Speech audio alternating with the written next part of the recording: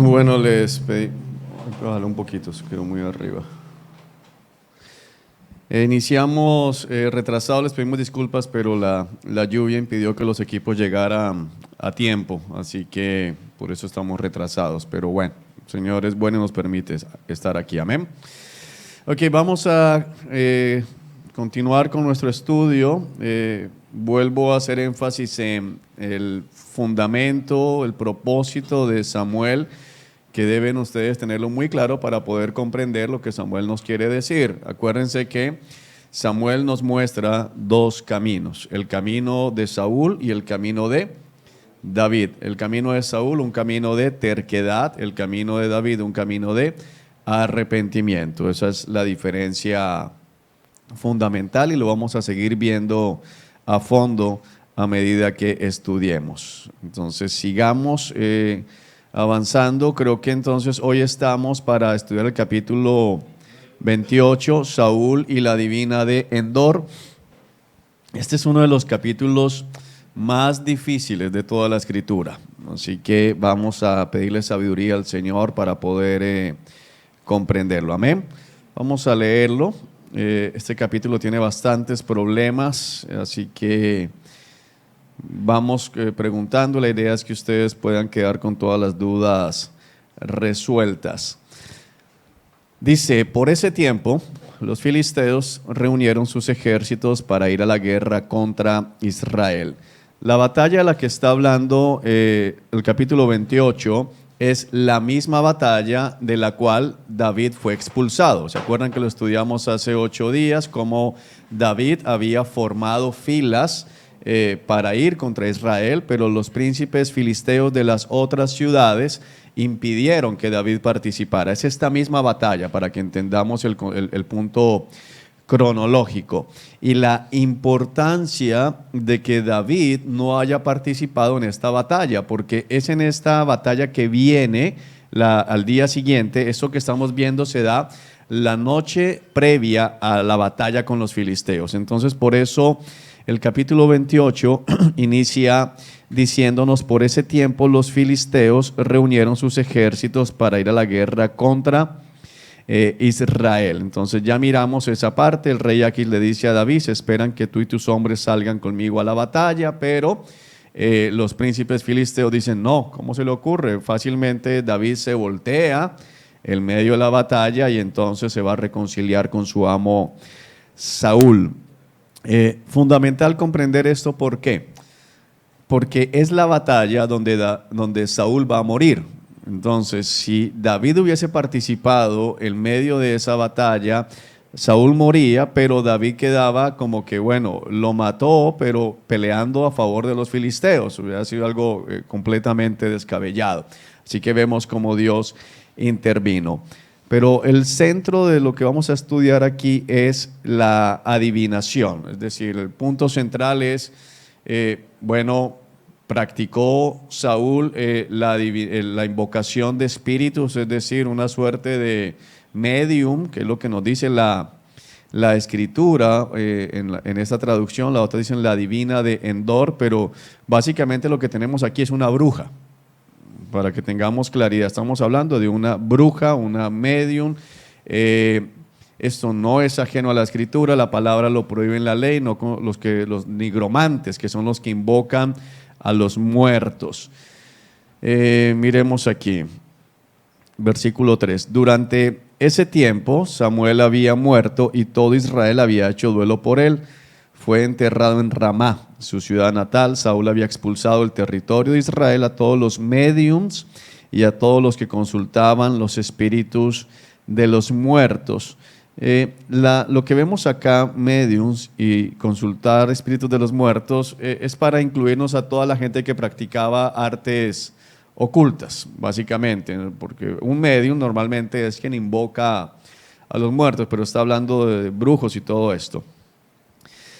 Los filisteos montan su campamento. Saúl reúne a todo el ejército de Israel, acampó en Gilboa, y cuando vio al inmenso ejército tuvo miedo y se aterrorizó. Entonces comienza la escritura a escribirnos cosas fuertes.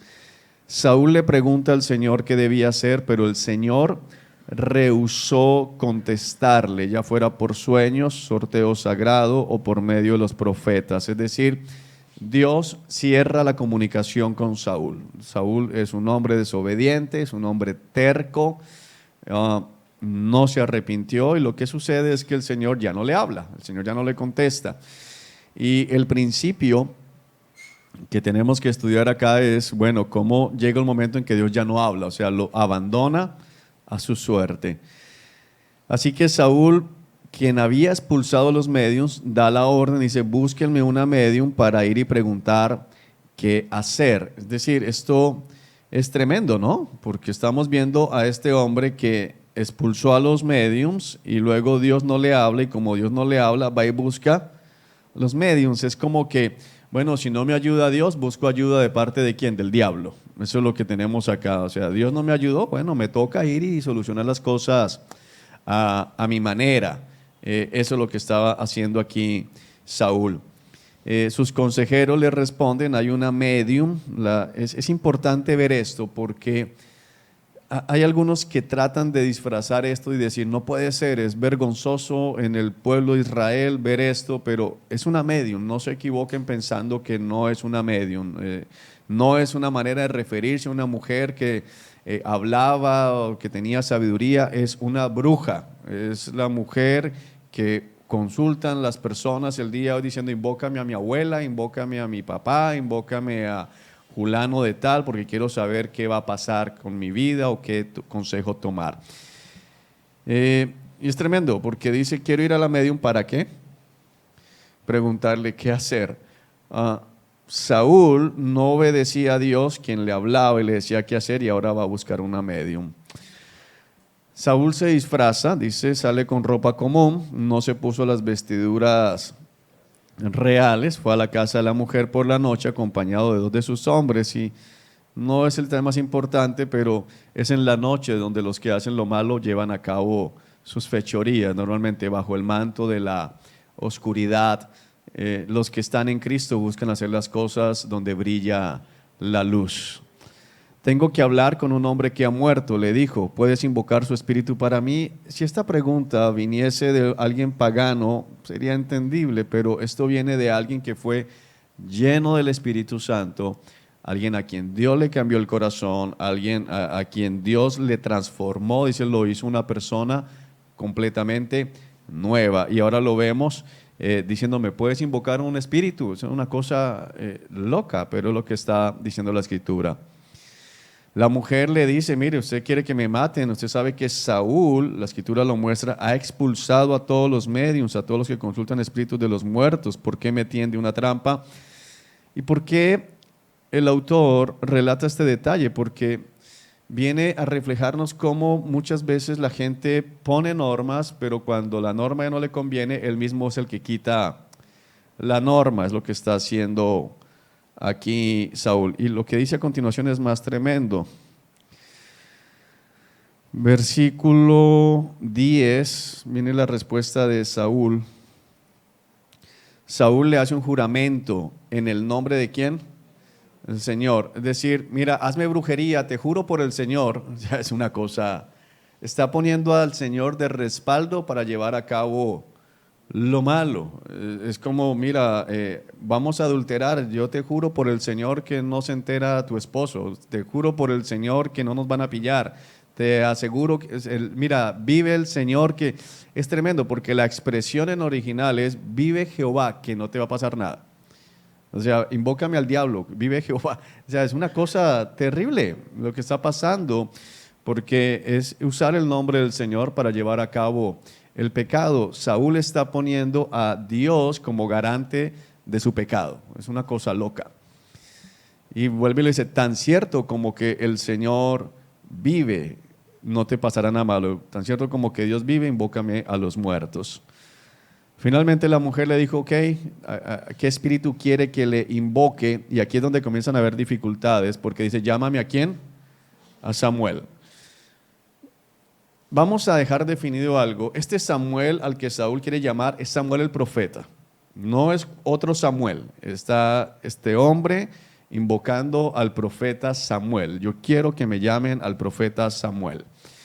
Dios no le habla y lógicamente Saúl piensa, bueno, ¿a quién puedo acudir? La única persona que me ha hablado de parte de Dios ha sido Samuel, pero Samuel ya murió. Por eso es que es tan clara la escritura en decir, Samuel murió, todo Israel hizo duelo, él fue enterrado en su ciudad natal, que era Ramá. Entonces, ¿por qué es tan enfático eso? Para dejarnos claro que aquí estamos hablando de que Saúl no está llamando a un Samuel enfermo, Saúl no está llamando a un Samuel que se había exiliado, Saúl está pidiendo hablar con un muerto, Samuel, que ya había sido enterrado. O sea, para eso es el énfasis en la escritura de decirnos ya Samuel estaba enterrado.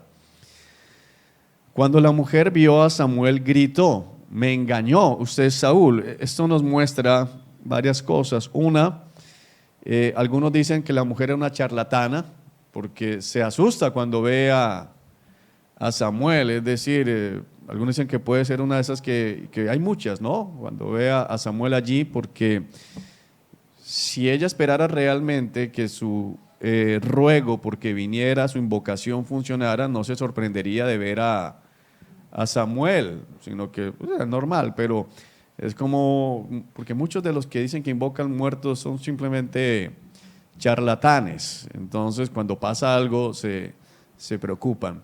Carlos. Cuando dice en el versículo 12, cuando la mujer vio a Samuel, ella se sorprendió. Mi pregunta es, en mi ignorancia, ¿quién trajo a Samuel? Ok, esa es de las dificultades que vamos a ver. La primera pregunta es, ¿era Samuel o no era Samuel? Vamos a tratar de responderla. ¿Y quién trajo a Samuel? Entonces vamos a mirar ahí. No tengas miedo, le dijo el rey. ¿Qué es lo que ves? Veo un Dios, en otra versión dice, veo como dioses que suben de la tierra. Y eso es otra cosa fundamental porque ella lo ve como subiendo, ascendiendo. No lo ve descendiendo. Ahorita vamos a estudiar un poco acerca de esto. ¿Qué aspecto tiene? Preguntó Saúl. Es un hombre anciano envuelto en un manto, le contestó ella. Saúl se dio cuenta de que era ¿quién? Samuel, y se postró en el suelo delante de él. Entonces aquí vamos viendo las dificultades de ¿era Samuel o era un demonio? Porque en la doctrina que tenemos nosotros es claro que los muertos no vienen aquí a decirnos nada. Es decir, cuando la gente dice es que mi abuelita se me sentó en la punta de la cama, no era la abuelita, era un demonio.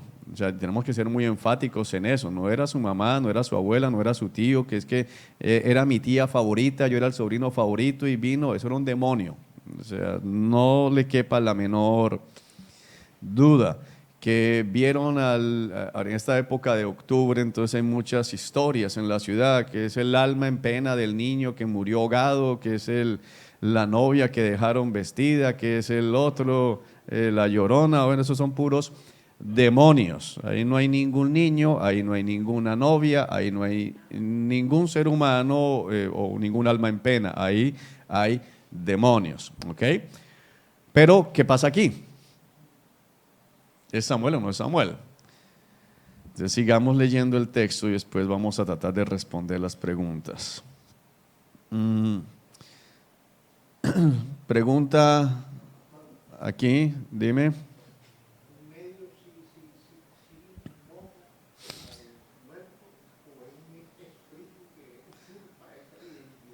Vamos a resolverlo ahorita. No, nos va a quedar. Por eso les dije que no lo respondíamos hace 8 días, porque yo sé que aquí van a haber bastantes preguntas. El lunes duramos casi 1 hora y media con este capítulo. Bueno, ¿por qué me molestas llamándome a regresar? Le preguntó ¿quién? Samuel a Saúl. Porque estoy en graves dificultades, contestó Saúl. Los filisteos están en guerra conmigo. Dios me ha dejado, ya Saúl reconoce que Dios lo abandonó, no me responde ni por profetas ni por sueños, entonces te llamé para que me digas qué hacer. ¿Pero quién? Samuel respondió, ¿y por qué me preguntas a mí? Si el Señor te abandonó y se ha vuelto tu enemigo, el Señor ha hecho exactamente lo que dijo que haría, te ha arrancado el reino y se lo dio a tu rival, David. Hoy el Señor te ha hecho esto porque rehusaste llevar a cabo su ira feroz contra los amalecitas. Ya sabemos de qué está hablando, del momento en que le perdona la vida al rey Agag y no mata a todos los animales. Además, verso 19, el Señor te entregará. Este tiempo es ¿qué? Futuro. Importante entender esto para la interpretación. A ti y al ejército de Israel en manos de los filisteos. Y mañana, que bueno a ser también ¿qué? Futuro. Tú, es decir, Saúl y tus hijos, los hijos de quién? De Saúl, estarán aquí conmigo. ¿Con quién? Con Samuel. ¿Dónde estaba Samuel? Vas a estar aquí conmigo. No dice simplemente vas a estar ¿qué? Muerto, sino vas a estar aquí conmigo. Y vemos que el espíritu de Samuel subió de la tierra. Y entonces aquí viene una cuestión, ¿estaban juntos o están juntos Samuel y Saúl? Entonces, ¿se salvó Saúl o se condenó Samuel? Miremos.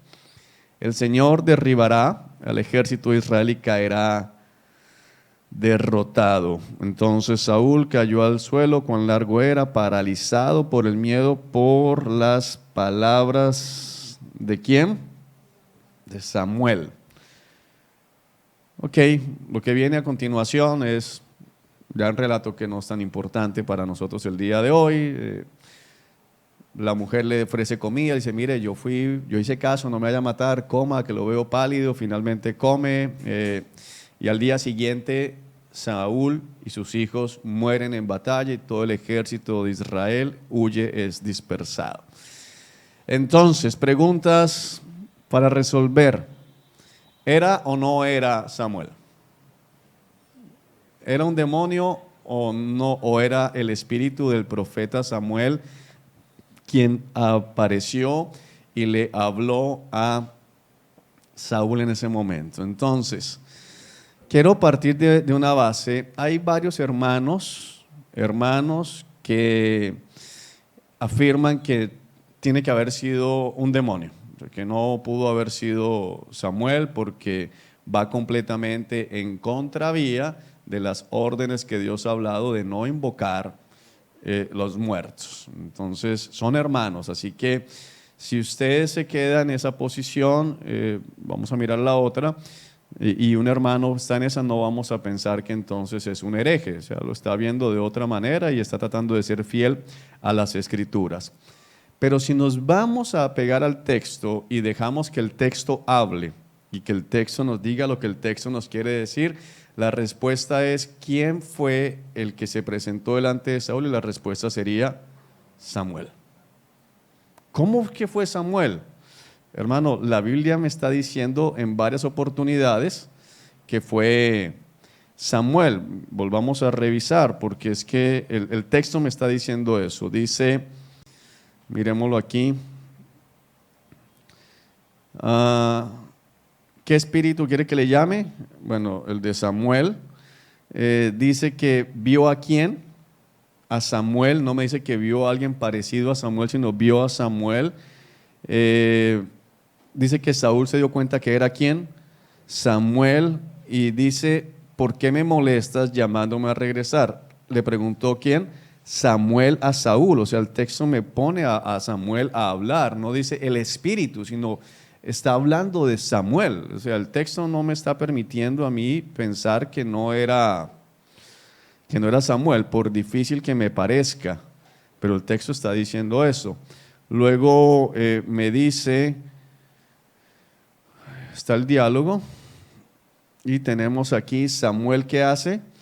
Responde. O sea, no me dice que el espíritu, sino Samuel responde, y todo el tiempo está hablando acá, habla de estarán aquí conmigo. Entonces, dejando que el texto hable, es Samuel. Entonces las preguntas que surgen a continuación son, ¿puede un espíritu venir? Y la respuesta es sí, si Dios lo permite en su soberanía.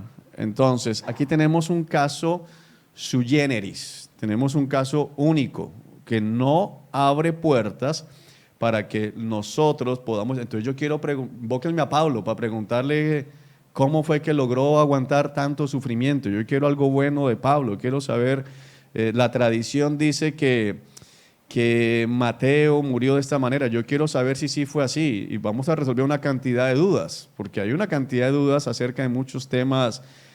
Bueno, yo voy a invocar a la gente de la época del preexilio para saber si fue Samuel, quién fue el que escribió, cuál profeta de todos fue el que escribió el libro de Samuel. Entonces no podemos, es decir, la palabra es muy clara en eso y hoy quien se presenta con esos famosos mediums son demonios, o sea, no nos quepa la menor duda en ese sentido. Ahora, ¿por qué lo permite el Señor? El Señor lo permite para una sola cosa, juicio. Es juicio. Lo que está pasando acá es juicio. Es decir, Dios se vale del pecado de Saúl para terminar de ratificar lo mal que está Saúl. Es decir, ¿quién llama a Saúl al ministerio, poniéndolo como ministerio, de ser el rey de Israel? ¿Quién lo llamó? Lo llamó Dios, pero ¿a través de quién? Samuel. Y es con Samuel que se confirma el juicio que viene sobre Saúl. Es decir, Samuel lo llama y ahora Samuel es usado por Dios para decirle, mañana te vas a morir. Ahora, ¿por qué también sabemos que fue Samuel? Porque profetizó y se cumplió. Es otra cosa, o sea, él dijo, mañana tú y tus hijos van a estar aquí junto conmigo y todo Israel será derrotado. Y al otro día muere Saúl, al otro día muere los hijos y Israel es derrotado. Ahora, ¿es una prueba fehaciente de que era Samuel eso? No, porque la palabra me dice que hay falsos profetas que se cumple lo que ellos anuncian, pero lo vemos profetizando, es decir, otra cosa que tenemos que tener claro, pero sobre todo el texto nos habla de que fue Samuel. Entonces vienen otras preguntas, hermano.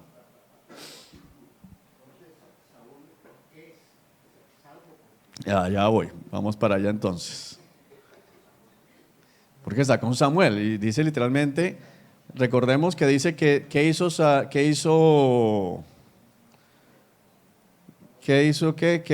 Samuel? Subió y dice, mañana estarás aquí conmigo, ¿verdad? Entonces, bueno, están juntos. Vamos a mirar, este gráfico nos va a ayudar.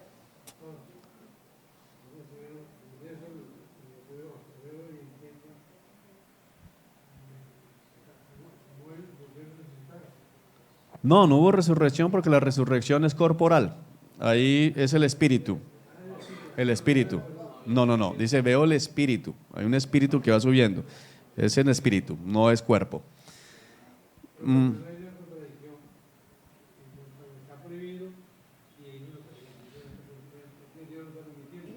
Ese es lo mismo que pasa. ¿Está prohibido el adulterio? Sí, está prohibido, pero Dios permite que adulteremos. ¿Está prohibido que Adán comiese del fruto del conocimiento del árbol del bien y del mal? Sí, está prohibido, pero Dios permite que coman. Es decir, y es importante entender que el hecho de que Dios lo prohíba no significa que Dios impida que suceda, porque si no, no habría pecado, no habría nada malo. O sea, Dios prohíbe, pero la gente lo hace.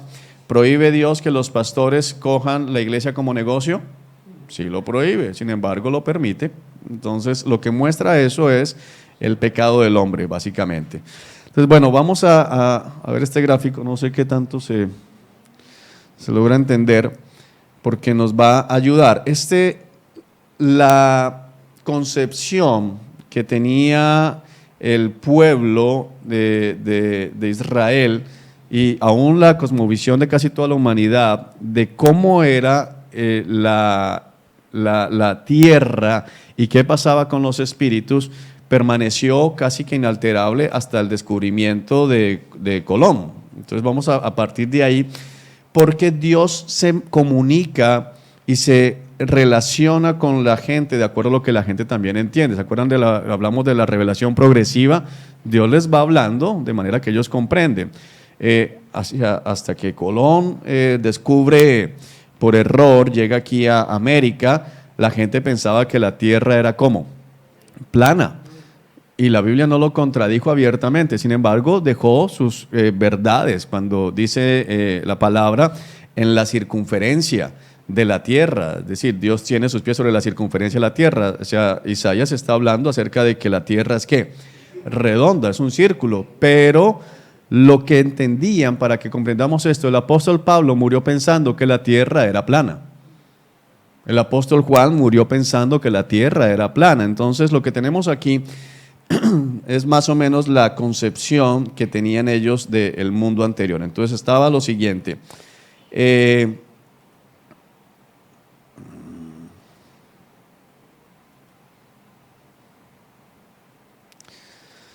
Vamos a trazar esta línea aquí, como tal, que es la superficie de la tierra. Ellos veían lo siguiente, veían el cielo, este primer cielo, que es la atmósfera. Esa es la cosmovisión que tenían no solamente los hebreos, sino casi toda la humanidad.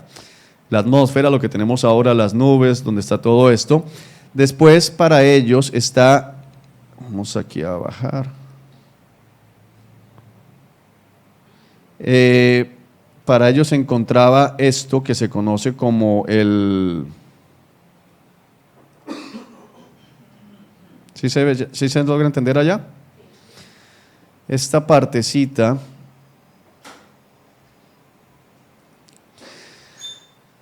es como el segundo cielo o las regiones celestes que lo utiliza Pablo en la carta a los Efesios, huestes de las regiones celestes, no celestiales sino celestes, que para ellos es donde habitaban los ángeles y los demonios, o sea, un segundo cielo. Por eso Pablo, hablando de su visión, utiliza el término el tercer cielo, que es este, el cielo de los cielos. O sea, para la cosmovisión que se tenía, habían tres cielos: la atmósfera, las regiones celestes, que son como el pasadizo que hay entre la atmósfera de los hombres y el tercer cielo, que es donde habita el Señor. Entonces, por eso aquí tenías una idea como que había una compuerta que estaba conectada con la atmósfera de los hombres y que pasaba por la región dominada por Satanás y sus huestes, pero donde también se movían los ángeles, que usualmente estaban en una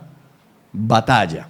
O sea, las peleas angelicales se dan usualmente en la cosmovisión hebrea y de toda la humanidad hasta ese momento, en estas regiones celestes. Entonces, habían tres cielos: la atmósfera, cielo 1, regiones celestes, cielo 2, y tercer cielo, que es donde está el trono de Dios. Esa era la manera. Por eso Pablo habla de fui llevado al tercer cielo.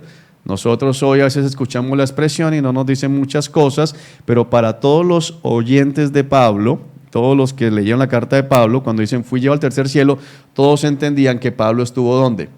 Aquí, en el cielo de los cielos. O sea, Pablo pasó la atmósfera, pasó la esfera de Satanás, sus demonios, y llegó al cielo donde habita el Señor. Por eso cuando Pablo dice estas revelaciones maravillosas y Dios me pone una espina en el costado para no volverme orgulloso, es porque fue al cielo de los cielos. O sea, una cosa increíble lo que está diciendo el apóstol Pablo allí.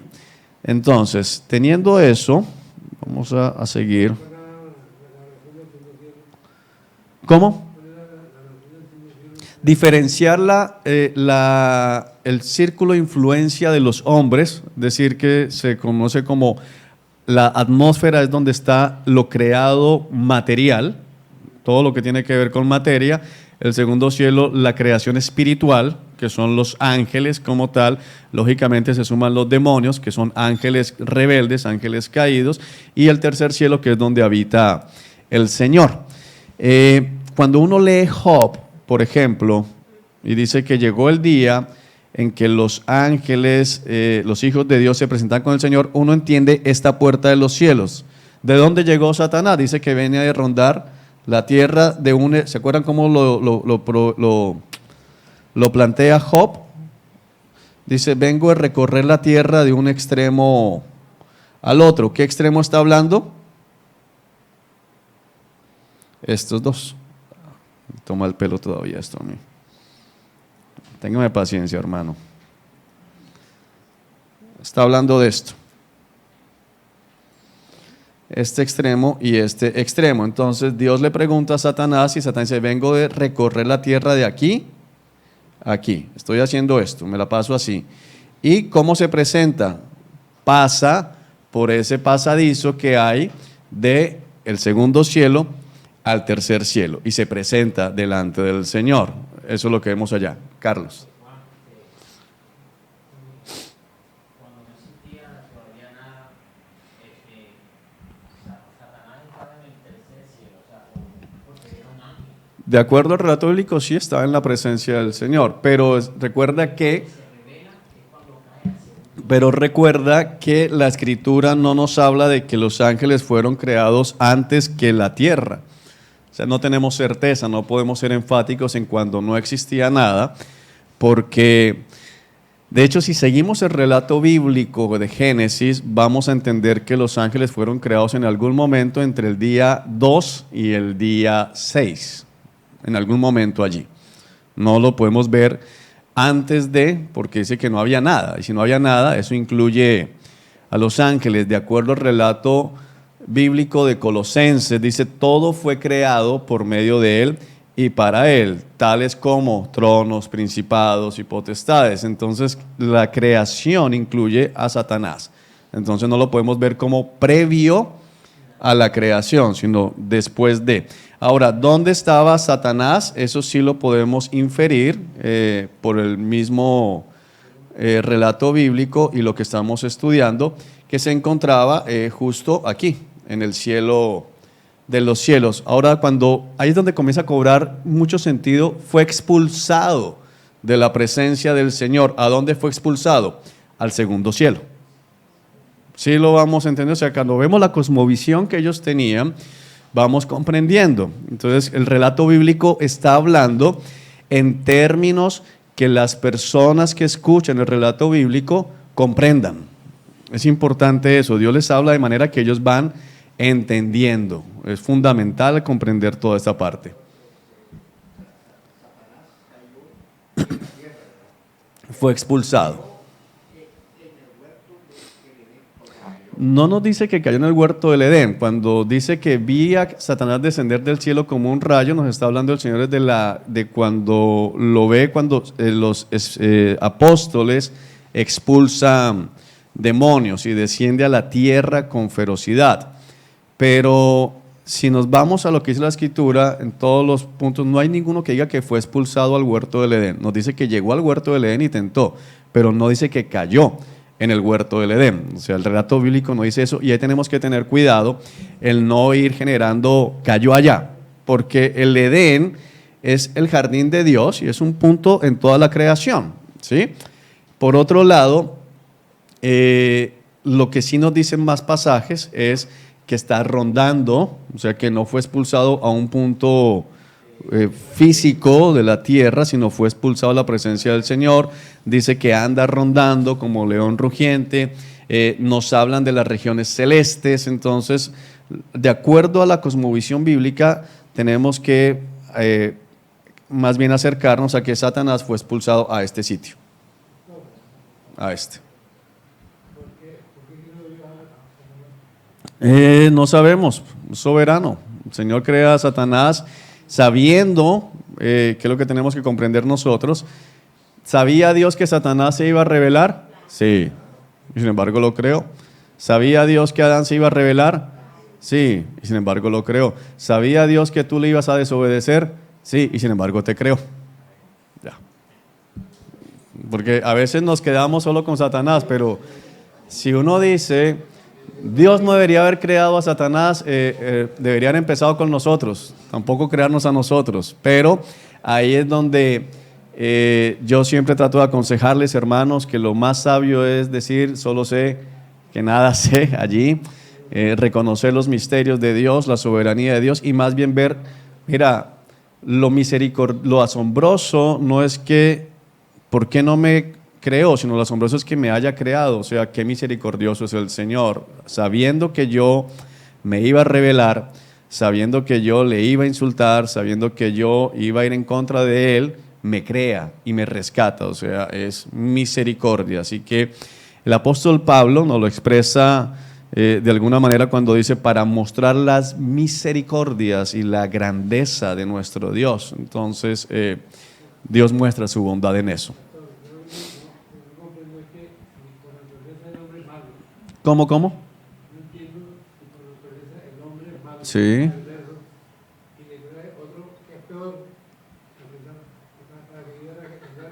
Sí, pero no podemos olvidar, hermano, que cuando Adán tiene su encuentro con Satanás, Adán no era malo. O sea, Adán estaba en pureza, Adán estaba en inocencia, es decir, el hombre, la maldad se engendra en el hombre es por su desobediencia, o sea, Adán tenía toda la capacidad de resistir en ese punto. Que, parece que me voy para otro lado. Voy a responder la pregunta, pero me vuelvo acá. A ver, vamos por aquí. Para dejar no dejar la pregunta allí en el aire. ¿Quién sabe qué significa este gráfico? El examen sale esto, ¿qué significa esto? Tenemos aquí a Adán. Adán tenía la capacidad de resistir la tentación, o sea, Adán podía, estaba sobre el pecado.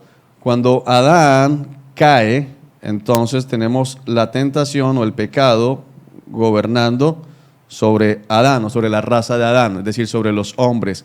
Luego tenemos la cruz de Cristo y quienes están en la gracia han vuelto a tener esta situación. El pecado ya no nos esclaviza. Otra vez volvemos a tener la posibilidad de no caer en el pecado. Ya no somos esclavos del pecado. Entonces Dios restaura. Por eso es que es tan enfático la palabra cuando dice que ya no somos esclavos. O sea, Cristo rompió el poder del pecado que entró a nosotros a través de la desobediencia de Adán. Y es contada como desobediencia porque podía haber resistido. Bueno, sigamos acá.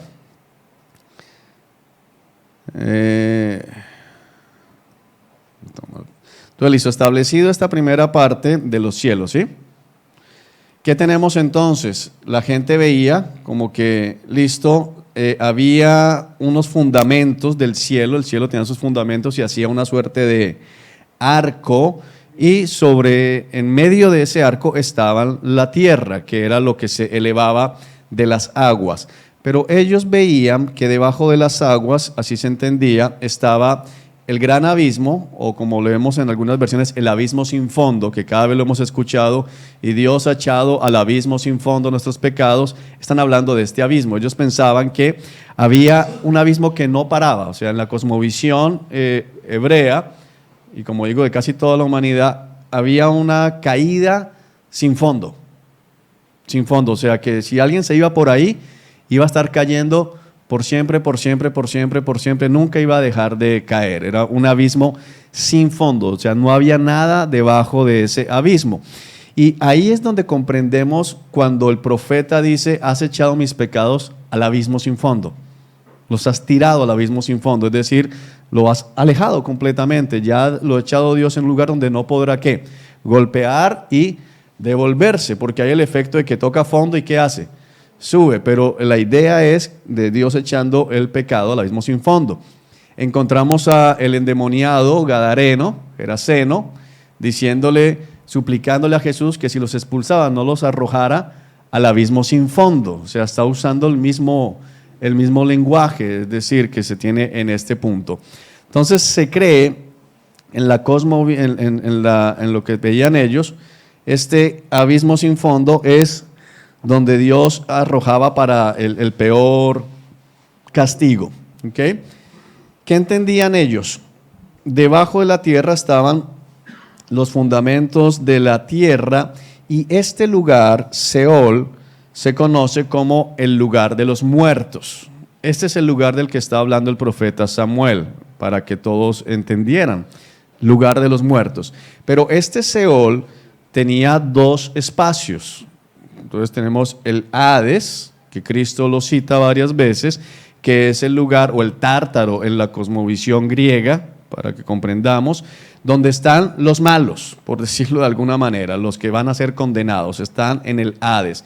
Y el concepto de paraíso, que Cristo lo utilizó con el ladrón, el bandido que se arrepintió en el momento de la crucifixión. Dice, Señor, acuérdate de mí cuando vengas en tu reino. La respuesta de Cristo le dijo, hoy mismo estarás conmigo en el paraíso.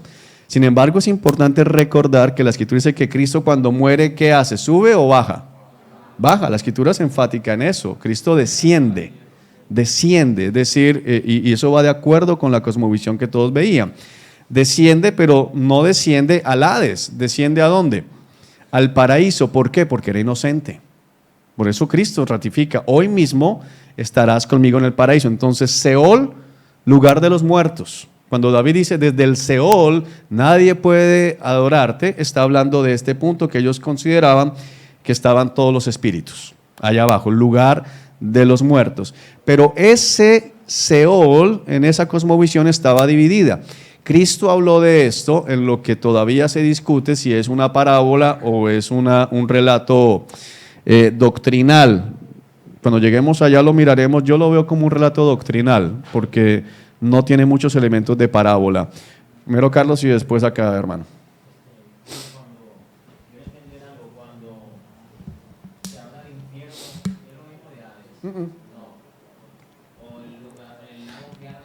No, tampoco es eso. No es eso. El lago de fuego y azufre es algo que se conoce ya como, aparte de esto, y no lo ubica nadie en la cosmovisión que se tenía, y de hecho se habla de esa condenación eterna. O sea, en la memoria de ellos estaba Hades y paraíso como tal, pero no el infierno como tal. Cristo comienza a hablar muy fuerte de esto, hablando de la Gehenna, aunque en el Antiguo Testamento hay muchas referencias al lago eterno, al fuego eterno, a la consumación eterna, pero en la cosmovisión de ellos, que es lo que estamos estudiando, no aparecía. De hecho, la Gehenna, que aparece en algunas versiones para hablar del infierno, la Gehenna era un basurero municipal, para que ustedes se ubiquen un poquito. Cuando Cristo dice, estarán en la Gehenna era donde se quemaban las basuras de Jerusalén. Entonces, en las afueras de Jerusalén había un lugar donde toda la gente llevaba las basuras y lo que hacían era quemarlas. Y como todo el tiempo hay basuras, la gente llegaba a nacer y entonces apenas tenía uso de memoria sabía que veía el fuego como ardiendo. Pasaban años, moría esa persona y el fuego todavía estaba como ardiendo. Entonces, por eso Cristo habla de la Gehenna, diciendo el lugar donde el fuego nunca se apaga. La Gehenna nunca se apagaba.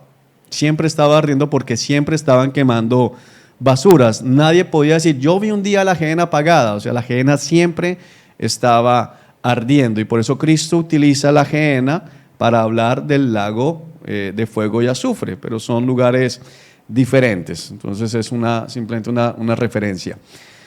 Entonces volviendo... perdón, hermano.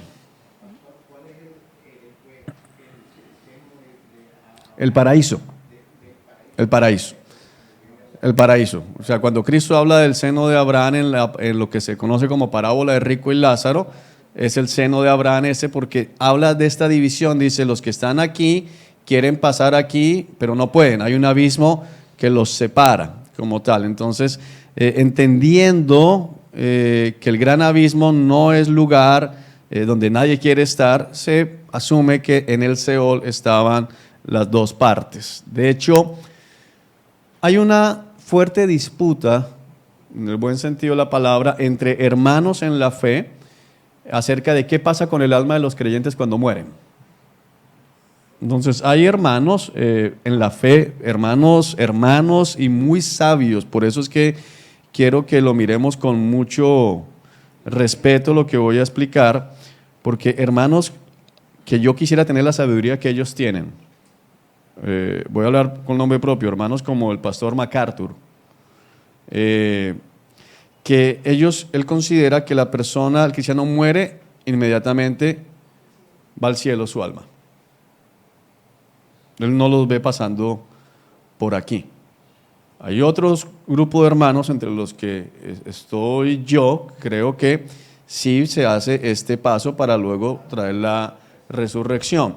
Pero no lo miremos tan a la ligera porque son hermanos que estudian mucho la palabra y que ellos consideran que cuando Cristo estaba hablando del paraíso, no estaba hablando del seno de Abraham, sino que estaba hablando del tercer cielo.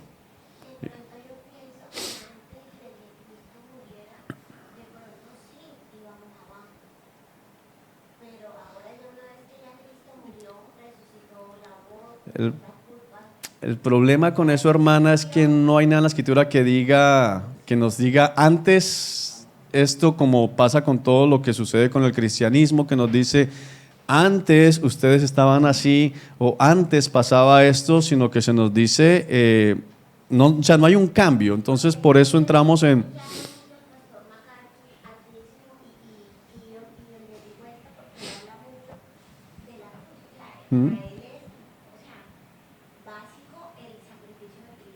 Sí, claro.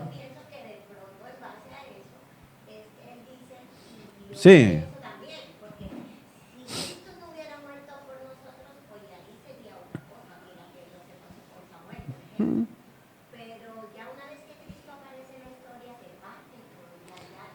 sí, es lo que él y muchos otros ven, pero también muchos otros hombres muy sabios también en la historia de la iglesia siguen viendo el seno de Abraham, porque lo dice el mismo Cristo, porque la historia de Rico y Lázaro tiene diferencias con las parábolas, porque hay nombres propios que no están en ninguna otra parábola, y porque también haría sentido con lo que vemos en Apocalipsis. En Apocalipsis se nos habla de un grupo de personas que están debajo del trono, a las que el Señor dice sigan descansando. Ellos están y dice sigan descansando, todavía no ha llegado el tiempo.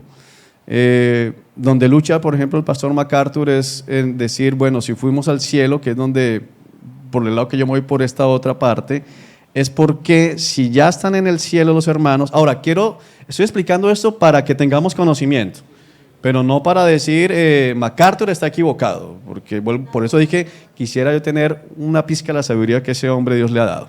Es una bendición para la iglesia. Ya te doy la palabra, Beto. Pero entonces el problema es lidiar con el arrebatamiento, porque en el arrebatamiento se nos dice que vamos a resucitar, y entonces si ya estoy en el cielo disfrutando de la presencia irrestricta de Cristo, ¿para qué me bajan? O sea, yo ya estoy allá, ¿sí? Entonces me bajan, me tienen que bajar, volverme a poner aquí debajo de la tierra y resucitar mi cuerpo para llevarme aquí a las nubes, que es lo que dice Tesalonicenses, y luego sí, otra vez para el cielo. Ahora, está perfecto, porque si eso es lo que pasa, bendito sea, ¿cuál es el problema? ¿Quién va a pelear por eso? No, yo no quería el cielo, quería el seno de Abraham. Sí. Sí me hago entender, o sea, no podemos entrar en es una cosa tonta, pero hay versiones. Sabe todo primero.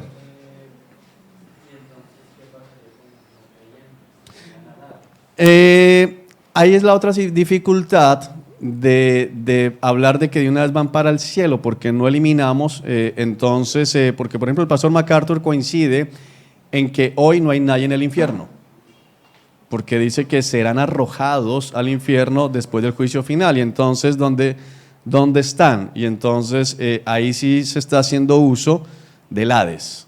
Entonces es donde yo discuto en el buen sentido, con la doctrina de que ya el creyente va directo al cielo, porque entonces me quedo todavía con un pedazo de la cosmovisión anterior. Tengo que quedarme con un Hades para tener a los impíos, para luego mandarlos al infierno, pero o sea, hay una dificultad.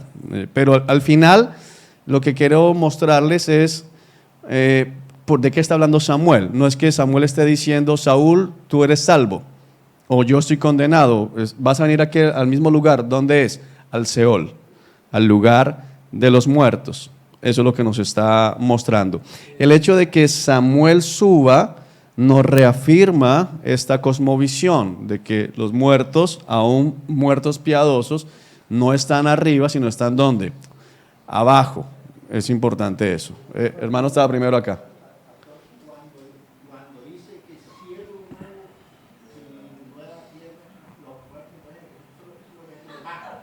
No, eso ya es otra película aparte. Cielos nuevos. Ojo, mire, todas las preguntas son válidas, por eso dije que duráramos 1 hora y pico con el otro grupo en este capítulo. Cielos nuevos y tierra nueva, se habla después de la resurrección, cuando todo esto va a ser destruido. Todo esto va a ser destruido. Sí, los otros se quedan en el infierno. Los otros van para el infierno. Por toda la eternidad. Exacto.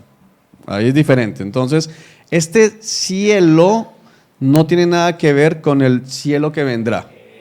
Es otra cosa distinta. Exacto.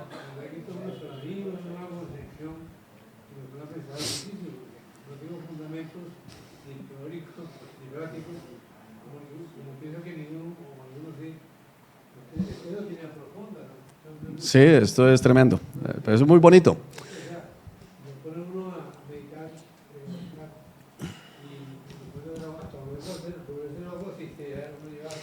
No, hay que saber dónde parar, hermanos. Ahora, lo importante, miren, hermanos, lo importante que tenemos que trabajar en lo que hay unidad, porque eso no divide, es que, vuelvo a trazar la línea aquí. Tomando la cosmovisión de ellos, que sigue siendo lógica, hay una diferencia entre el mundo de los vivos y el mundo de los muertos. Al final lo que nosotros debemos concentrarnos es que sea que se vaya al tercer cielo de una vez, o sea que se vaya al seno de Abraham, hermano, vaya alguno de los dos, no vaya al Hades, porque en lo que hay certeza y lo que no hay ninguna duda entre todos los estudiosos de la palabra serios y comprometidos con la escritura, es que hay infierno. O sea, hay infierno, o sea, eso nadie lo tiene en duda. No hay ningún teólogo serio que niegue el infierno. O sea, Cristo lo predicó. Hay infierno. Entonces el punto es, sea que yo me muera mañana, esta semana he estado bastante enfermo, esposa mío, yo creo que te vas a morir, Juan. Dice, bueno, si me voy, sea que me vaya de una vez para el tercer cielo y después me hagan bajar para darme el cuerpo, o sea que vaya al paraíso que es seno de Abraham y esté descansando y después me levante para recibir este nuevo cuerpo, lo importante es que esté salvo. O sea, hermano, sí, pero el seno de Abraham queda del lado del continente europeo o del lado del... hermano, ¿de qué? El caso es que usted esté allá. Sí, me hago entender. Hay otros hermanos que dicen, el grupo que se ve en Apocalipsis que está debajo del trono está en el tercer cielo porque el trono está en el tercer cielo. Hermano, esté en ese, bueno, ojalá no esté en ese grupo porque ese grupo es de los que mueren en la gran tribulación, o sea que usted se quedó del rapto. Pero el punto es estar en la presencia del Señor para bien, porque lo que hay certeza es que hay condenación. Ese es el punto. El que más habló, el 90% de las citas acerca del lago de fuego o infiernos fue Jesucristo. Fue el profeta que más habló de esto.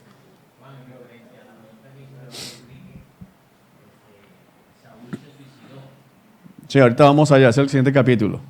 Gracias, hermano.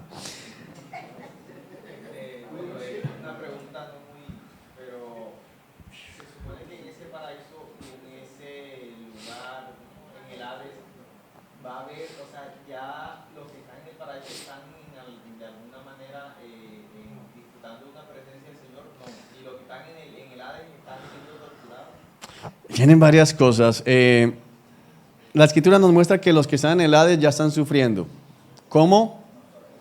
No sabemos. Si nos vamos con el rico y Lázaro, ya hay un fuego que ya les está atormentando.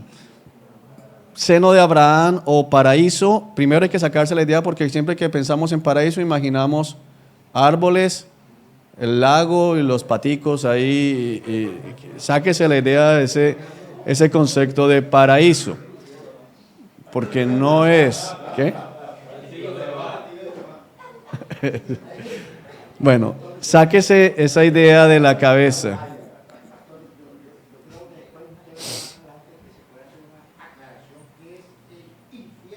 Uh-huh. Tártaro y abismo esa es la misma referencia que usan, pero los griegos como tal. La mitología griega habla del tártaro, pero hacen referencia a lo mismo. Bueno. Paraíso no es esto de los arbolitos y los pececitos y los paticos ahí, las palomitas cruzando el firmamento. Cuando se habla de paraíso es un lugar de descanso. en la escritura, es un lugar de descanso.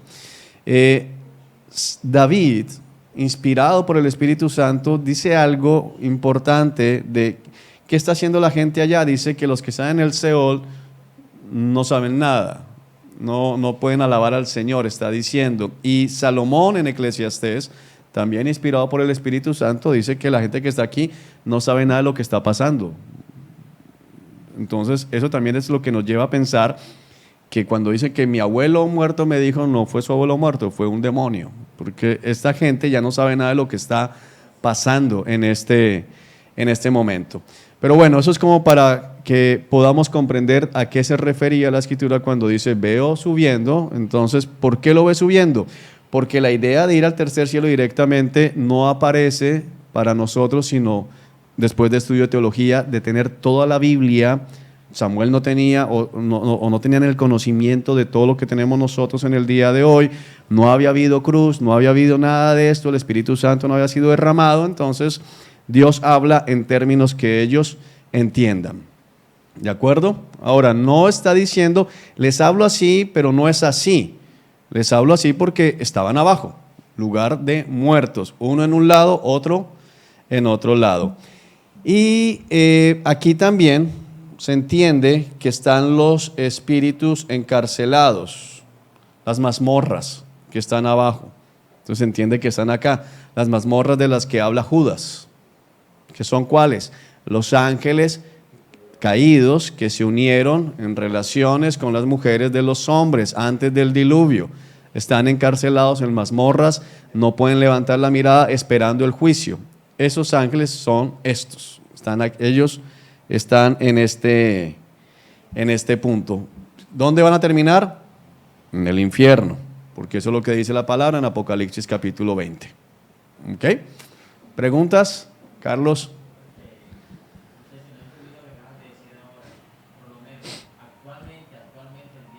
El segundo cielo está en la región celeste. Sí. Satanás y su soporte. Sí, actualmente.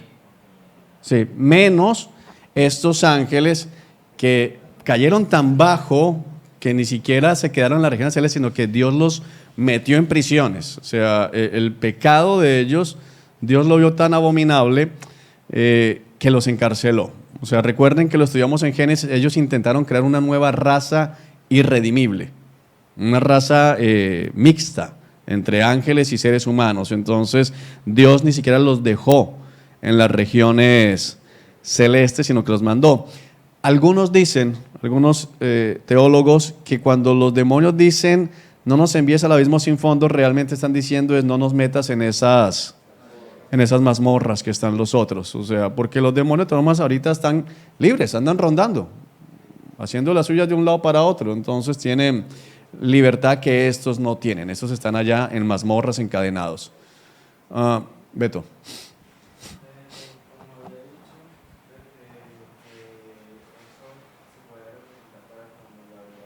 ¿Se puede qué? ¿Se puede qué?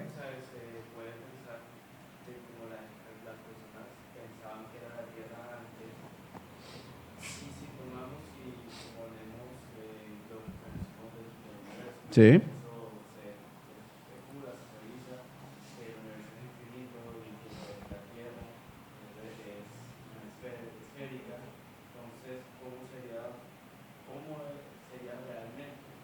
No, lo puedes ver exactamente igual porque no habría motivo para cambiar. Simplemente continúa la línea aquí, saca tierra de este lado y te queda aquí en el centro. O sea, el punto es abajo, depende de dónde estés tú.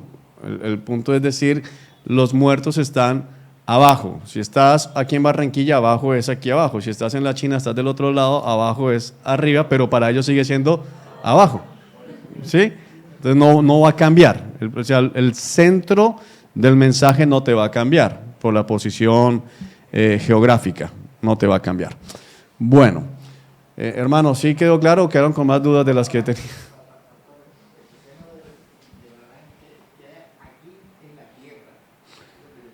Se entiende, pero sí, pero lo que no podemos, por ejemplo, no podemos decir que están ubicados en el centro de la tierra, porque no nos dice la escritura literalmente eso, se nos dice que están abajo, pero es que abajo puede ser abajo en otro punto del universo, o sea, pero lo hizo subir, sí, pero es que para Dios no hay nada imposible, porque el centrarnos en decir que es que en el centro de la tierra están los muertos, es lo que ha llevado a esos famosos tratados que dice que los chinos no, los rusos, estaban cavando y cuando cavaron tantos kilómetros, oyeron gente quejándose y suplicando que lo soltaran, entonces que los rusos encontraron el Hades. No, no lo encontraron. ¿Sí? Ahora, ¿pueden estar ahí? Sí, no se olviden de algo. Los que están allá son ¿qué? Espíritus. Y entonces pensemos en que en el endemoniado Geraseno habían mínimo 2000 demonios en un solo ser humano, como mínimo. Dijo, nos llamamos legión y dice, déjanos entrar a la manada, dice que habían 2000 cerdos, o sea que en el mejor de los casos, un demonio por cerdo, 2000 demonios en un cuerpo humano, o sea que pueden estar perfectamente en el centro de la tierra, o sea, no estoy diciendo que no, pero no es pensar en qué coordenada o si está ahí, no, es entender que es abajo, pensando que no es el cielo y que están siendo o atormentados o están descansando. Eso es lo que sabemos. Ahora, preguntaban la semana pasada, si me anticipo algunas preguntas, y ellos saben que les falta tanto tiempo o cuánto tiempo llevan ahí. No tengo la menor idea. No sabemos. No, como dicen, no saben, no responden, no se sabe absolutamente nada. ¿Tienen conciencia? Absolutamente sí. Tienen conciencia, saben que están allá, saben por qué están allá. El malo sabe que está allá porque está condenado, porque sabe que rechazó a Dios. Claro, porque es que, ¿cómo? Todavía no se ha dado el juicio. El juicio se va al final, que es lo tremendo. Es que mire, usted ha escuchado en todos los papelitos que pegan en las funerarias y en los postes, menos en uno, solamente yo he visto uno que no, que lo pusieron en una persona que vivía al lado de donde estaba el local antes. Siempre dicen, murió Juliano tal o Juliano tal, descansó en la paz del Señor. No sabemos, porque es que el que muere y no muere con Cristo arranca a sufrir de una vez. O sea, es una cosa tremenda. La gente dice...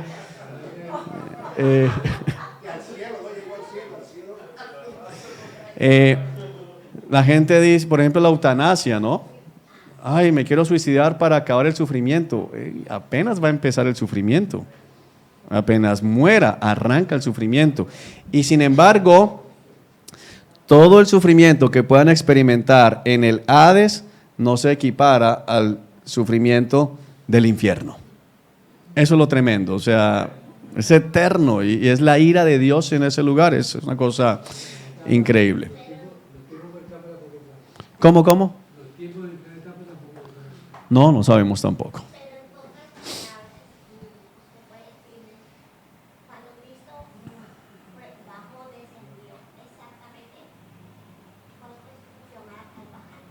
Dos cosas, el descenso de Cristo es vindicación, porque desciende al paraíso, Él muere como culpable, muere como pecador, pero es vindicado. Vindicado significa que se le reconoce inocencia ante el mundo espiritual. Era el Hijo de Dios, no solamente eso, sino que como hombre no pecó, entonces no podía ir al Hades.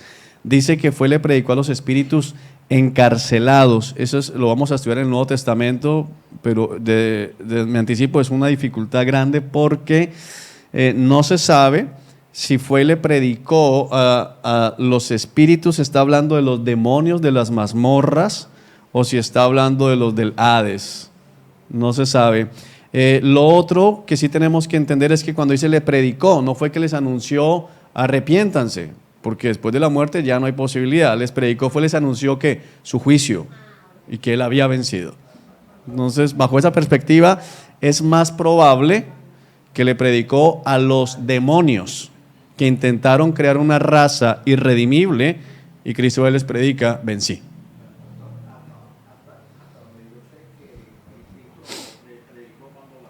Sí.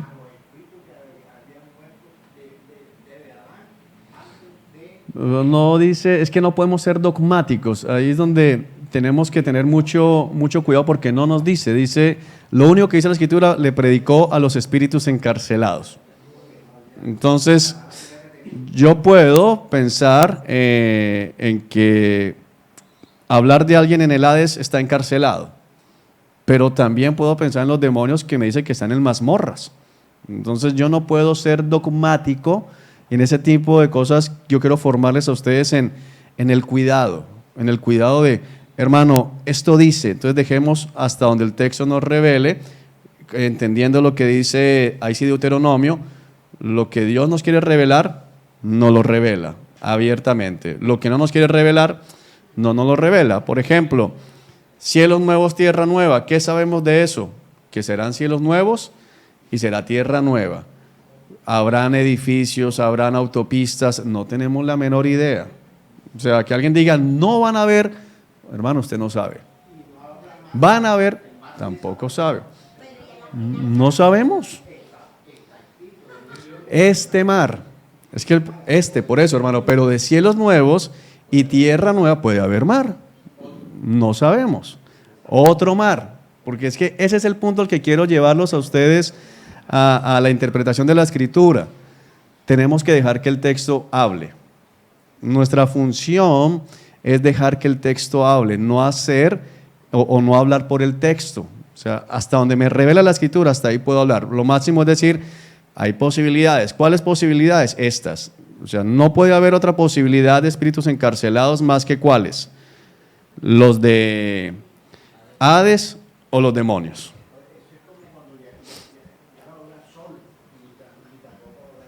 Sí. Eso sí me lo dice. Eso sí se lo dice, pero no dice que no habrá mar. Ese es el punto. Entonces nosotros no podemos asumir, como no hay sol, no hay mar, porque es que ya no van a aplicar las mismas leyes. ¿Por qué? Porque no hay muerte. No sabemos. ¿Quién tiene pregunta? Hermano. Recordemos algo que cuando Jesús fue bautizado por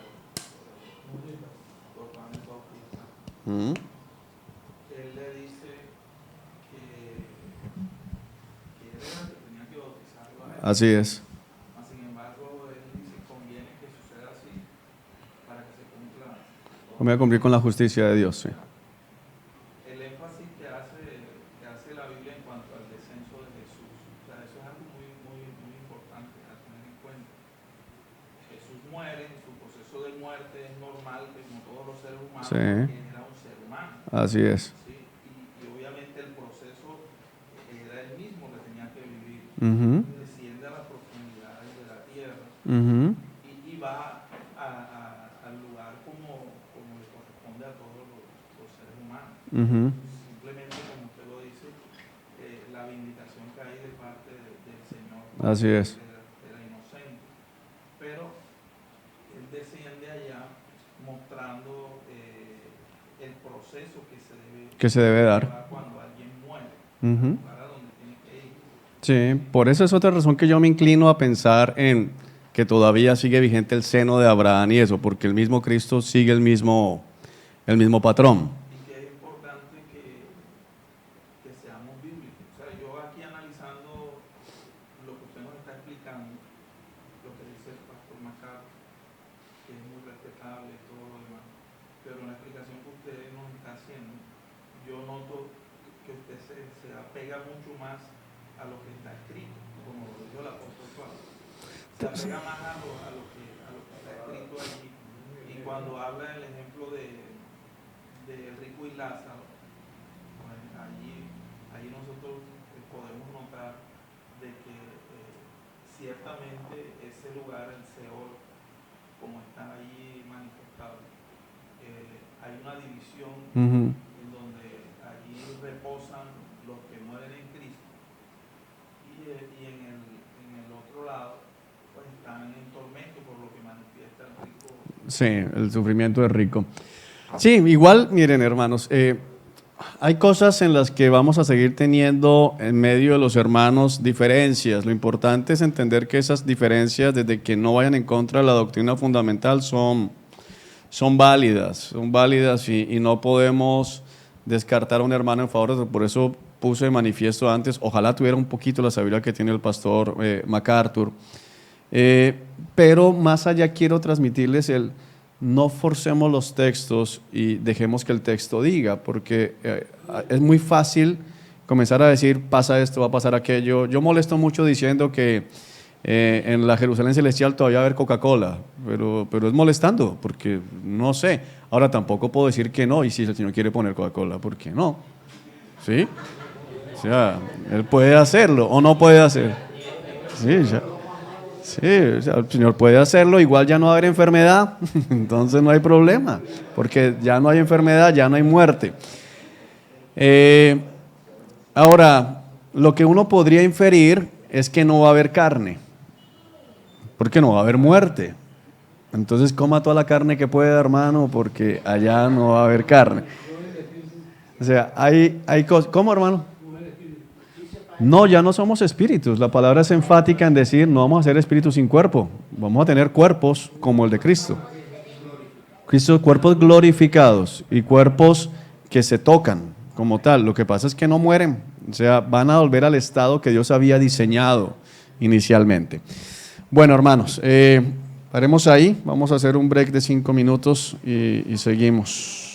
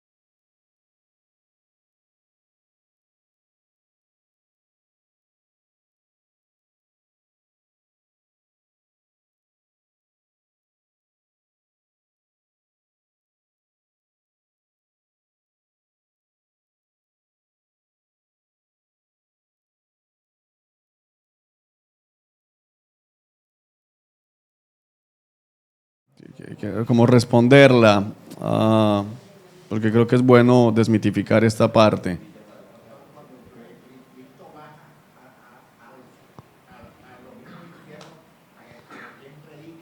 Ok. Ok. No, no le predica a los que estaban antes de Adán, porque antes de Adán no había nadie, ¿sí? Ni a los que... Ok. En esos dos grupos, entre Adán y Cristo,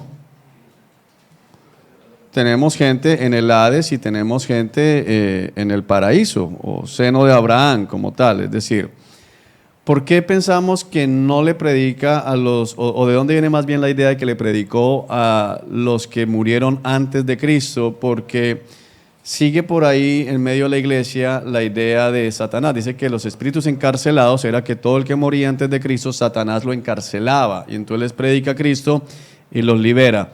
Pero eso solo viene de la idea de que Satanás es el director del IMPEC espiritual.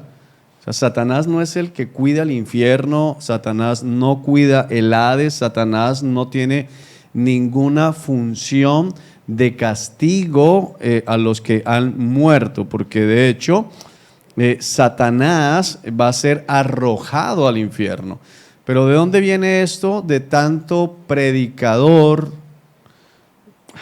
Como digo esto, que suene más bien con amor, con amor. Pueden haber personas bien intencionadas que hayan tenido sueños, visiones, y que seguramente los pueden haber tenido y que al ser descuidados, en no profundizar en el estudio de la Escritura, crean que realmente vino de parte del Señor. Entonces uno tiene las redes sociales, hay muchos videos en YouTube de gente que dice que fue al infierno y que vio a Satanás burlándose de los que murieron sin Cristo, que vieron a los demonios golpeando a estas personas y castigándolas y haciéndole una cantidad de cosas que parece más sacado del infierno de Dante, que es realmente la Biblia. ¿Por qué? Porque la Biblia en ningún momento me muestra a mí un demonio castigando a los muertos. La Biblia me habla de que los demonios no están en el Seol. ¿Están dónde? En las regiones celestes, o están aquí abajo en las mazmorras. No me los muestra en ningún otro lado. Y luego me los va a mostrar en Apocalipsis siendo arrojados al lago que arde. ¿Pero para hacer qué? Dice, para ser atormentado por siempre jamás, es lo que dice, donde será atormentado por siempre jamás. Es decir, Satanás y todos sus demonios van a estar en el infierno no como carceleros, no como infligidores de castigo, sino que van a estar en el infierno siendo castigados también. Es decir, él va a estar sufriendo. Entonces lo que dice algunos, pero si Satanás sabe que le va a pasar eso, ¿por qué sigue haciendo de las suyas? Bueno, pueden venir dos explicaciones. Una, porque el pecado es engañoso. Satanás en el fondo se engaña pensando que no. Esa es una explicación que algunos hermanos dan. La otra que yo creo es, no va a sonar muy espiritual lo que voy a decir, pero usted ha escuchado de personas que aquí en Colombia no hay cadena perpetua, pero en países como Estados Unidos, donde hay cadena perpetua, y hay 3 cadenas perpetuas, hay gente que tiene 3 cadenas perpetuas más 800 años. Sí, lo aseguran para que nunca salga, 3 cadenas perpetuas más 800 años. Y hay algunos de ellos que se convierten en el más malo todavía de la prisión, porque dice, yo de aquí nunca voy a salir, entonces mientras esté aquí voy a hacer más maldad. Y siguen sumando, ok, súmame otros 100 años, ¿cuál es el problema? Yo lo vería más hacia allá, hacia Satanás ya sabe que está condenado, Satanás ya sabe que para él no hay redención, entonces es como me llevo por delante a todos los que más pueda, voy a seguir aumentando, porque al final ¿para dónde voy? Para el lago de fuego y azufre. O sea, no hay nada que Satanás pudiese hacer para evitar eso. ¿Por qué, hermano? Ya leo la palabra. Porque el arrepentimiento es un don de Dios. Y aquí es donde algunos patalean, pero el arrepentimiento es un don de Dios. Si usted se arrepiente de su pecado es porque Dios le concedió el don de arrepentirse. Pero hay personas que llegan al punto donde Dios, lo dice por ejemplo Hebreos, dice ya no se les permite arrepentirse. O sea, Dios ya no deja que esa persona se arrepienta. Es un don de Dios. Así que Dios no le concede a Satanás. La gente dice, y si Satanás se arrepintiera, Satanás no se va a arrepentir. ¿Por qué? Porque Dios no se lo va a permitir. Y a veces la gente, ya llegó, no hubo nada más, ya Dios lo soltó. Romanos habla de eso. Dice, Dios los entregó a sus pasiones. Les dio rienda suelta. O sea, quieren vivir así, los soltó. Entonces, por eso lo contrario a esto es la disciplina de Dios, donde Dios disciplina porque todavía no nos ha soltado. Entonces, no se puede arrepentir. Satanás no tiene a nadie encarcelado, hay que sacarnos ese chip de la mente. Satanás no tiene a nadie esclavizado en el Hades ni en el infierno. ¿Dónde los tiene esclavizados? Aquí, en este pedazo sí, en la vida. La Biblia dice que están cautivos por el diablo los tiene cautivos. Arriba, abajo, ya no, abajo pasan a juicio ¿de quién? De Dios. O sea, Satanás no es Señor de la vida espiritual, o sea, de la vida de los muertos, no. El Señor después de la muerte, ¿quién es? Cristo. Por eso, una de las cosas importantes es que la gente no quiere reconocer que Cristo es Señor de todos. Aquí en este pedacito, vamos a ampliar.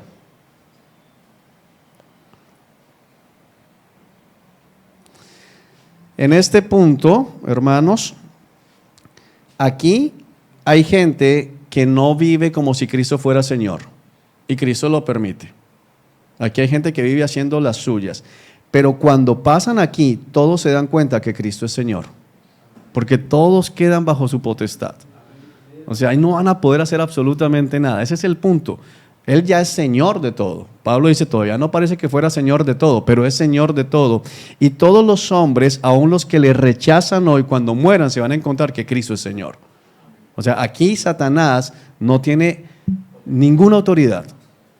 Es la potestad, Efesios lo declara muy fuertemente, el espíritu, que es la potestad ¿de dónde? Del aire.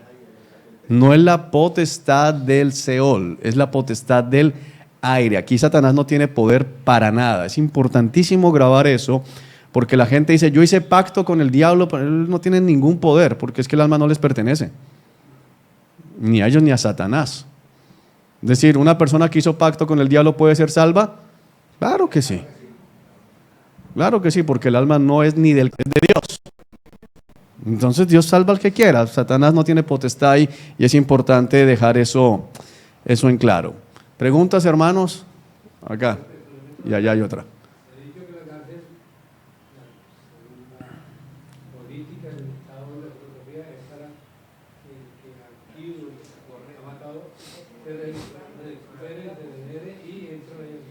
Uh-huh.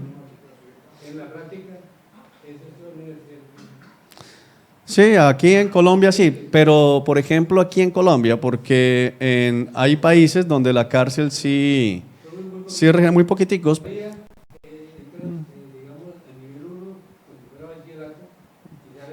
Sí, eso es verdad. Ahora, pero la cárcel del Señor no es para regeneración. Los que van para allá es para más condenación.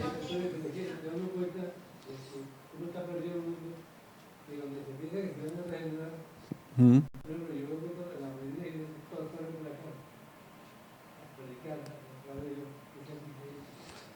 ¿Qué se hace con quiénes?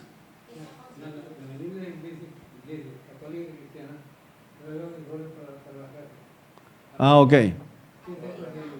No, hay que porque en cárceles. Allá el Señor ha salvado gente. El Señor ha salvado gente allá, entonces hay que predicar, porque volvemos al punto, la salvación es del Señor, y el Señor salva al que Él quiere salvar en el lugar donde quiera salvarlo y en el momento en que quiera salvarlo. Lo que pasa es que a veces nosotros pensamos que somos malos que los que están en la cárcel. Y no, realmente no. Ellos han hecho cosas y los han atrapado o han llevado a cabo lo que tú quieres llevar a cabo. Pero en la cárcel no están De hecho, el mensaje de este domingo en 8, que ya me lo dio el Señor, creo, gira en torno a eso, en que los que están allá no son más malos que nosotros. Gerson. Tengo una inquietud, bueno, más que una inquietud es como, por lo último que dijiste, como la parte de que Satanás no tiene potestad ni siquiera del alma de una persona. Y pienso en los satanistas, pienso en ese grupo selecto que muchas veces dice, no, yo le vendí el alma al diablo. Sí. Que se han escuchado es, no, Satanás vino y arrepintió contra mí, vino por mi alma, vino y reclamó, y hasta el punto que en alguna época, en alguna década creo, se llegó a pensar de que era tan delicado el asunto, pero sigue siendo, que llegaba un momento en que él venía a cobrar su deuda, su alma. Y hubo mucha gente, inclusive aquí en Colombia hasta cantantes, que no se iba a pagar con el diablo y sus músicos murieron de una manera rara porque él le entregó el alma al diablo. Entonces, ¿cómo aplicaría la parte de él? Ok, buen aporte. Gracias, Gerson. Miremos. Soberanía de Dios. Sí, es soberanía de Dios, hermano, pero vamos a tratar de explicar esto. Yo no puedo vender lo que no es mío. O sea, yo puedo hacer vamos a decir, ahorita estamos acá porque un hermano de la congregación nos prestó el lugar, pero quien viene aquí, por ejemplo, del grupo del domingo, que son hermanos, todos los que vienen del domingo, ninguno se congrega con nosotros, son todos hermanos de otras congregaciones. Yo podría decirle a alguno, hermano, mire, estoy vendiendo este local, nos lo donaron, entonces lo llevo a una notaría y firmamos, le digo, mire, se lo quiero dar, quiero bendecirlo, deme 10 millones. De verdad, hermano, sí, mire, el Señor tocó mi corazón. 10 millones. Y vamos a notaría y él me paga y yo le firmo allá. Después viene César, cuando encuentra aquí el hermano que quiere, ¿usted qué está haciendo? No, que a mí me vendieron eso. ¿Quién se lo vendió? Juan no es el dueño. Y entonces ese hermano terminó ¿cómo? Estafado, ¿sí? Yo no puedo vender lo que no es mío. Entonces, ¿por qué se mueren finalmente? No por haberle vendido el alma al diablo, porque no la pudieron vender, porque el alma pertenece ¿a quién? A Dios. Mueren por su pecado. Ese es el punto. Ahora, que hay pecados de pecados es otra cosa que la Escritura nos declara con total honestidad. Pero no es que el diablo ahora sea el dueño y que el diablo diga, bueno, tengo tantas almas a mi favor. ¿Por qué? Satanás no puede comprar almas porque es que él no va a hacer nada con esas almas. O sea, ese es el punto. O sea, Satanás nunca va a poder ejercer control sobre esas almas. Satanás lo único que hace es, a este lo llevo a condenación porque firma un papel y echa sangre ahí diciendo que su alma es mía. Ok, a este me lo llevo por adúltero. Ok, perfecto. A este me lo llevo por chismoso. Chévere. A este me lo llevo porque se cree el más santo de los santos. Entonces lo canonizaron. Me lo llevo también. El punto es, Satanás va para el lago de fuego y azufre y dice, no me quiero ir, ¿qué? Solo, pero es que él también va a ser tirado allá. En el infierno, él no va a ser, bueno, ¿dónde están todos los que me pertenecen? Sírvanme, si él está sufriendo. Él está sufriendo, o sea, él no es dueño de ningún alma como tal. Ahora, Cristo, la persona puede haber firmado pacto con el diablo. Ahora, lo que no podemos desconocer es una persona que entra en satanismo y que entra a invocar al diablo y que adora abiertamente al diablo, puede sufrir más cosas que otra. Claro, o sea, es indudable. Es decir, vivimos en Colombia, de una u otra manera todos somos víctimas de la violencia en Colombia y de la inseguridad en Colombia, ¿sí o no? De una u otra forma, el hecho de que usted tenga que andar mirando y de alguna u otra forma dice, a un familiar mío lo robaron y en la época que estaba la guerrilla secuestrando, creo que todos conocíamos a alguien que estaba amenazado por el secuestro o que le secuestraron a algún familiar o el jefe. Bueno, estaban todos tocados. Pero si yo hacía alianza con un grupo de estos, lógicamente había más posibilidad de violencia contra mí. ¿Me hago entender? Es decir, yo voy y le digo a las autodefensas o a la guerrilla, mira, cuídame la finca, cuídame la casa. El hecho de tener un contacto más directo con ellos me expone a muchas más cosas. Entonces, escuchamos a diario de familias que, mire, una bala perdida en el ferry, una bala perdida en tal lugar. Antier, creo que mataron a un niño en Bogotá, en Bosa, un chiquitín de 8 años. Iban a matar a su papá. A su hermanito ya lo habían herido, pero es que su papá estaba en el mundo de la delincuencia, o sea, hay más propensión a eso. Es decir, es más fácil que si mi papá es delincuente, yo soy delincuente, estoy dedicado a la extorsión, estoy dedicado a matar, mi esposa y mi hija están en más peligro que están todas las mujeres y todas las niñas del común. Aunque cualquiera puede caer en medio de una bala perdida, pero mi esposa y mi hija, por lo que yo hago, están más en común. Entonces, al caso del satanista, pues lógicamente está más expuesto, que lo puede estar otra persona, pero no porque Satanás tenga el poder sobre su alma, porque no puede tener algo, porque lo único que puede comprar, como dice la Escritura, el único redentor, que significa comprador de almas, es Cristo. En toda la Escritura, solo hay uno que compra almas, Cristo.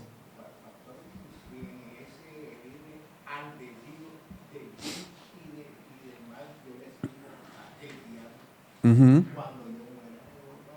Sí, pero no como pertenencia al diablo, porque es que lo que hay en el inconsciente, y creo que lo que iba Gerson es, ahora el diablo le cobró el alma. No, es que Satanás no colecciona almas por mi pecado, y le rindo cuentas no al diablo, sino a Dios. O sea, quien me condena es Dios, no el diablo. Haider. Pienso que también lo que pasa es que digamos que el desconocimiento ha llevado a que por lo menos uno antes de conocer al Señor, a veces hasta el mismo subconsciente uno pensaba o veía a Satanás como si era la misma parte del Señor. Ajá. Pero si él es un enemigo, no se compara, es parte de la creación de él. Sí, así es. Uno llega a pensar eso de que Satanás podía tener el poder de comprar y comprar una para él, pero al fin de cuentas no es nada, es la misma para allá. Sí, a veces la idea de Disney, del diablito y el angelito, donde el diablito a veces le ponía la aureola al ángel y lo amarraba, la trasladamos a nuestra vida y pensamos que hay días donde Cristo vence, pero hay días donde Satanás desayunó doble y entonces le aplica una llave a Cristo y entonces Cristo ese día no, o sea, no, Cristo es el Rey del universo y delante de Cristo Satanás dobla la rodilla. O sea, miren, uno de los mejores pasajes y cerrar ese capítulo aquí, creo que cerramos hasta la clase con eso, está en Job. Satanás reconoce que no ha podido tocar la vida de Job porque Dios no le ha dado permiso. O sea, si Satanás fuese tan poderoso como algunos lo tienen... Ahora, quiero ser muy cuidadoso con lo que voy a decir. Satanás es extremadamente poderoso. O sea, hay que tener cuidado. Judas dice, hablan como bestias irracionales, hablando de los seres celestiales, cuando ni los mismos ángeles se atreven a meterse con ellos. Hay gente hablando de, mira, el maluco ese, maluco, vete. Cuidado. No te metas con Satanás. Cuidado con eso. Es que vino el orejón. Cuidado, ten cuidado. Porque ni siquiera Miguel no le dice, mira, sino que el Señor te reprenda. Ni siquiera Miguel. O sea, a veces somos ligeros, no entendemos. O sea, Satanás nos coge a nosotros, si Dios le permitiera, y nos acaba. Literalmente, o sea, puede hacer con nosotros lo que se le antoje si Dios le da permiso. Pero comparado con Dios, Satanás no tiene nada. Ese es el punto. Comparado con Dios, Satanás no tiene ningún poder porque Satanás es una criatura al final. O sea, si Dios dice desaparece, lo desapareció. Ese es el punto. Y Satanás lo reconoce. Mira, Job es rico, sí, porque le tienes un vallado. Ay, ¿por qué no lo ha pasado Satanás? Porque Dios dijo que no. Y en la primera le dice, ok, ve y toca todas sus posesiones, pero no lo puedes tocar a él. Y se mueren los hijos de Job, se van los animales, se acaban las cosas, pero a Job no lo tocan. ¿Por qué? Porque Dios le dijo, a Job no me lo tocas. Y luego le dice, ok, tócalo, pero no lo puedes matar. Dale enfermedades, pero no lo puedes matar. Y Satanás no lo puede matar. O sea, Satanás llega hasta donde Dios le permite, o sea, está bajo la potestad de Dios. Eso es lo que nos tiene que traer consuelo a nosotros. Tenemos un enemigo grande, sí, pero no es un enemigo a la par de Dios. Eso es importante, o sea, no quiero andar más en ejemplos porque puedo caer en meterme en cosas que al Señor no le agradan.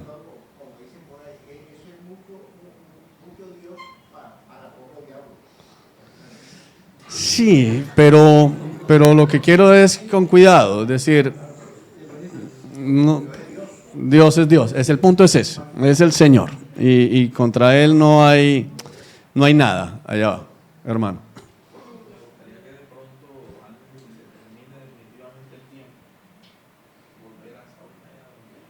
A Saúl, bueno, ok, ¿qué iba a concluir? ¿Qué me faltó? Ya no me acuerdo.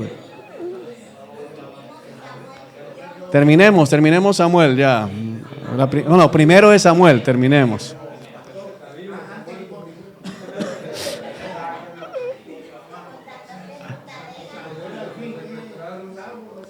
Samuel sí, Saúl no. Saúl no. Bueno, miremos. Capítulo